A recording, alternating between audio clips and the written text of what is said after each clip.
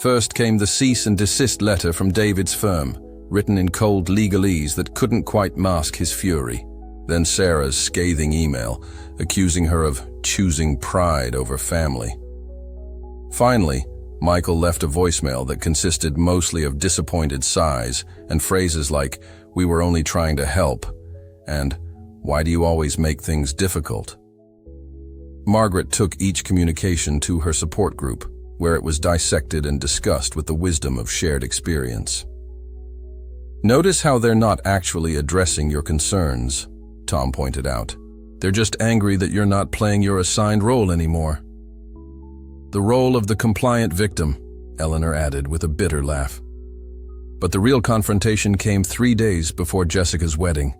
Margaret was tending her garden. She'd taken up growing vegetables, both as therapy and as a small act of self-sufficiency, when a familiar Tesla pulled into her driveway.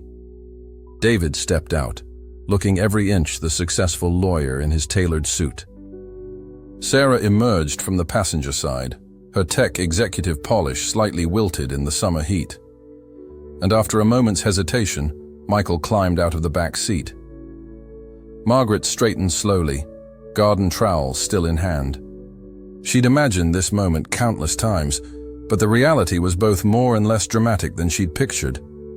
They looked smaller somehow, less like the towering figures who'd reshaped her life without her consent, more like the children who used to need her band-aids and bedtime stories. "Mom," David started, using his courtroom voice, "we need to talk about these legal proceedings." "Hello, David." Margaret's voice was calm. "Sarah, Michael, would you like to come in for tea?"